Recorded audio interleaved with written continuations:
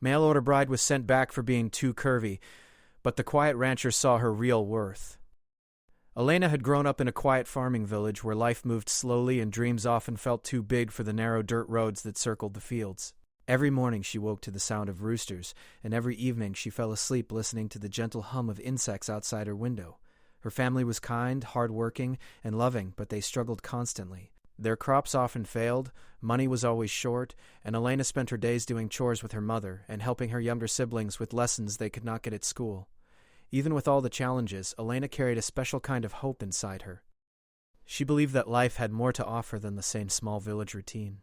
She would often sit under the old fig tree on the edge of the field and imagine a different life, one where she could help her family, one where she felt secure, and one where she did not have to worry about every coin they spent.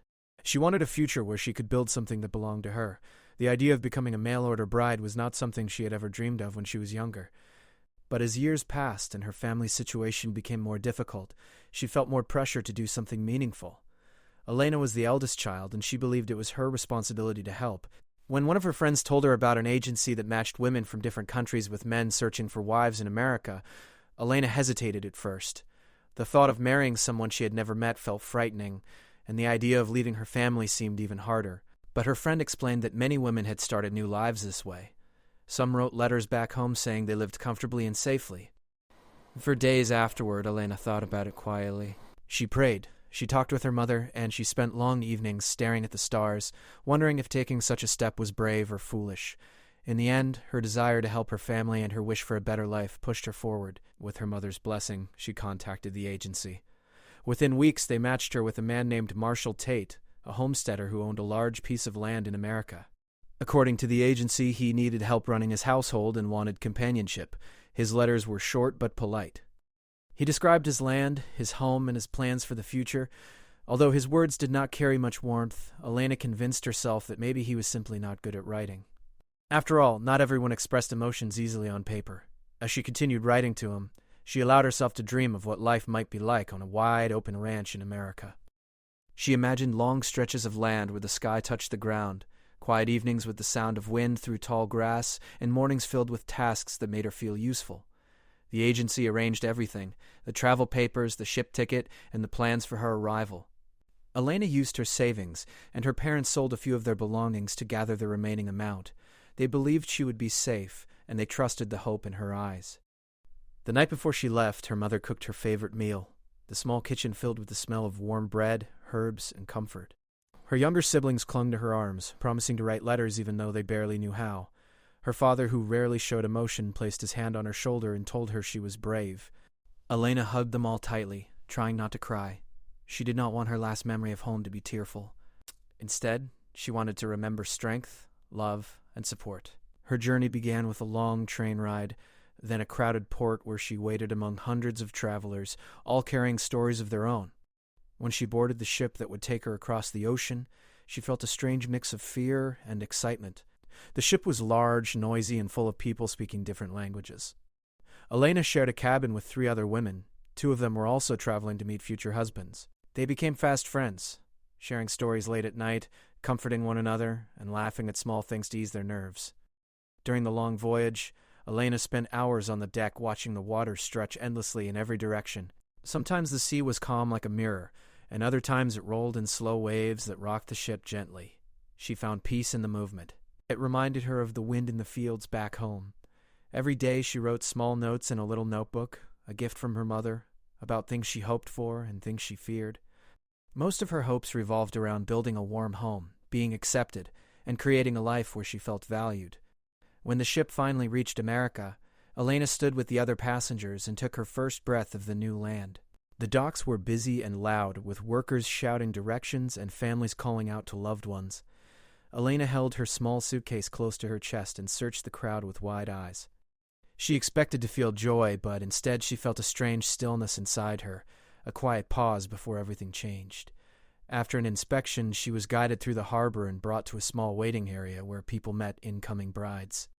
Her heart beat quickly as she scanned the room for Marshall. She had seen a photograph of him, a tall man with dark hair and a serious expression, so she expected him to be easy to spot.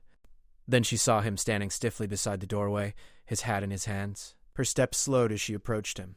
Marshall looked at her briefly, and his expression shifted in a way she could not understand. She expected a smile or at least a polite greeting, but instead his eyes moved from her face to her figure and back again, almost as if he were evaluating her the same way someone might examine a tool they had ordered for their farm.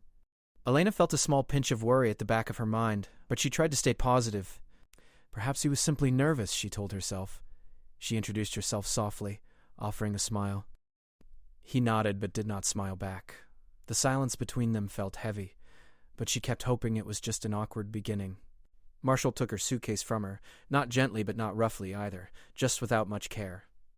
As they walked toward the exit, he did not ask about her journey or her family or anything else. He simply said they needed to head out quickly because the drive was long. Elena followed him quietly, holding on to the hope she had carried across the ocean. She reminded herself that first impressions were not always accurate. People needed time to warm up. She believed that once they spent more time together, he would open up. She believed that once she helped around the ranch, he would see her value. She believed that once they built a routine, comfort would follow. Even though she felt nervous, she kept her shoulders straight and her steps calm. She wanted to show respect and gratitude for the opportunity she had been given. She wanted to make this beginning a good one, even if it felt a little uneven. But deep inside, a tiny voice whispered that something was off. She pushed that voice away gently, choosing hope over fear.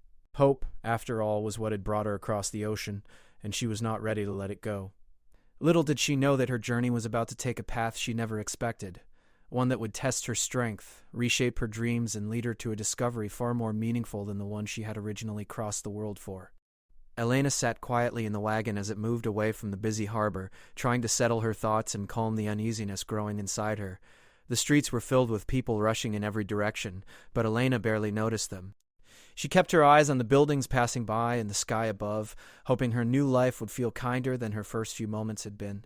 She kept reminding herself that long journeys often began in awkward ways. Marshall, she told herself, might simply be shy or unused to meeting someone new.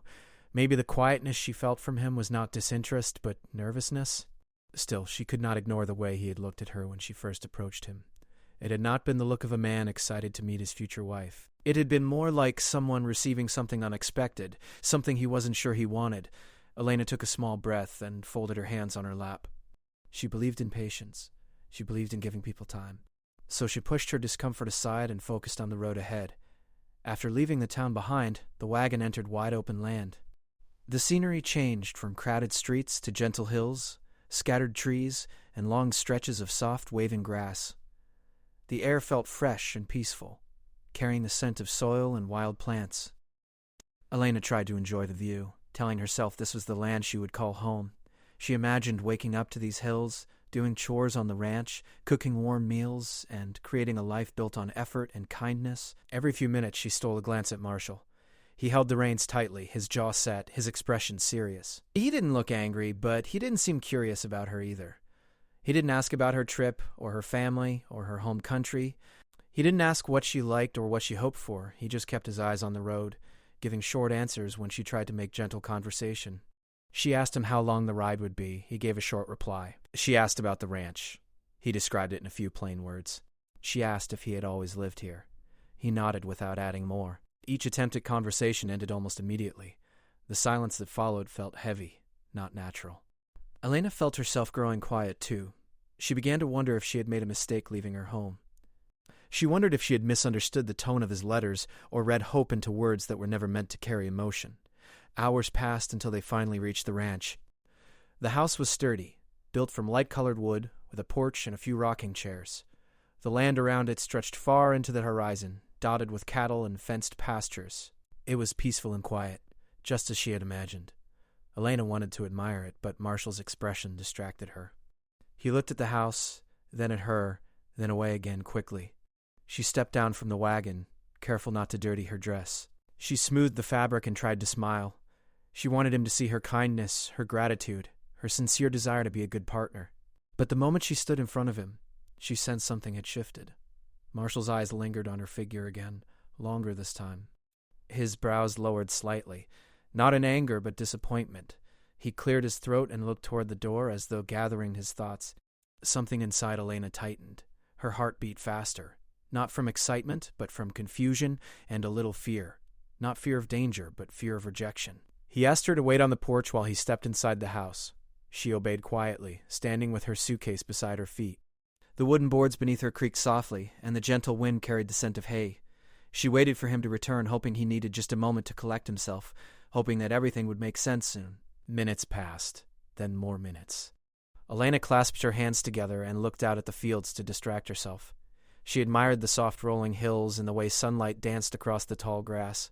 She told herself she would grow to love this place. She told herself she could make a home here.